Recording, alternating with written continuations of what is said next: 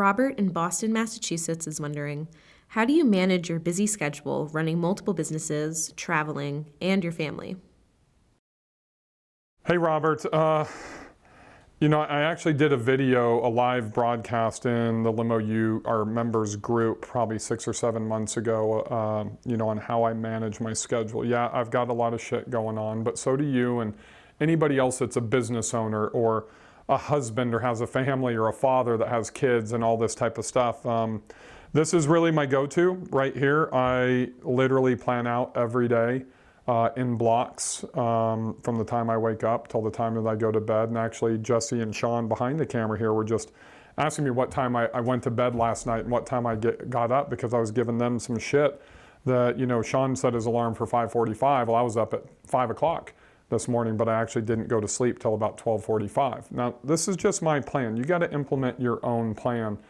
And it all starts with your priorities. The first thing that I did is I started scheduling time for me to work. Oops.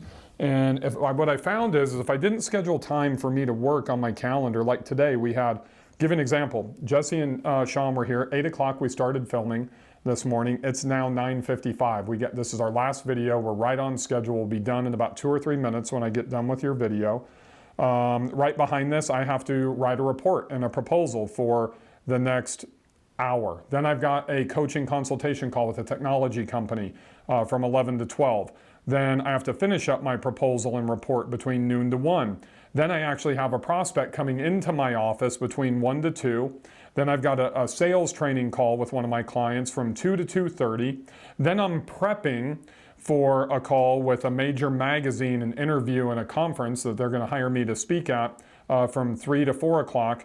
Then that report and that proposal that I'm putting together, which is a 6-figure proposal, I'm actually doing a live call with them where I'm delivering the proposal to them in person. This is one of the teaching moments here. I'm not just emailing them my proposal or RFP or anything like that. I've scheduled a time to actually walk through it with them so I can go over any objections that they have inside of that proposal. So I'm doing that from 4 to 5 o'clock. I've got a 30-minute buffer in case it takes longer. I will leave the office when I'm done at 5:30.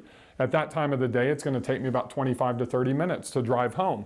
So I have dinner planned from 6 to 6:30. My wife will have dinner for us from 6:30 to 7 o'clock. We'll be eating dinner. From 7 o'clock till 8:30, that's when my girls go to bed.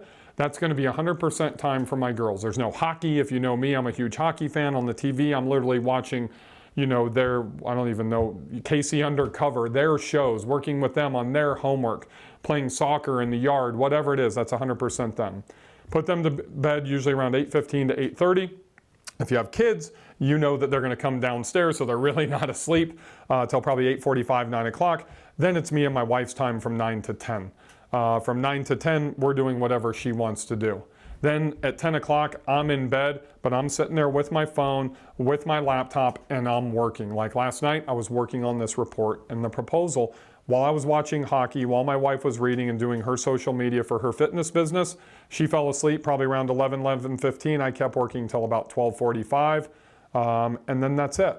But the most important thing is that I'm planning and scheduling all of that on my Google Calendar, and I'm sharing that content with my wife, with my team, so they know what my schedule is. So like right now, if I keep talking, I've only got 2 minutes to wrap up this video and then let Jesse and Sean go back and start doing the graphics and the editing and everything for this. So I've got to stay on my schedule. But I also schedule some buffer times in there, and I always try to overestimate, just like I have in that last session that I have scheduled from 3 to 4. It's probably only going to take me about a half an hour, but I've got an hour scheduled, so I have at least a 30-minute buffer, so I know that I can deliver. So the number one takeaway that I would give to you is be sure that you are really prioritizing and that you are actually scheduling time to work and get your tactical and executions done. Because if you don't, it's too easy to push that off to the side to take care of that fire drill that's coming in from the chauffeur or from your CPA or attorney or clients or whatever that is. You've got to prioritize time for you to be able to execute and get the important shit done.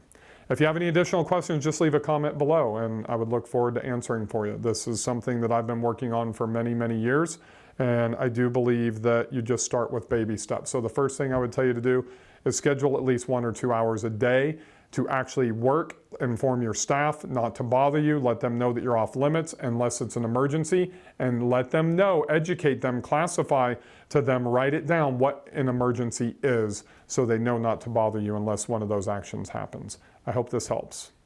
I look forward to seeing all of you guys on the next episode of the Ask Limo U Show.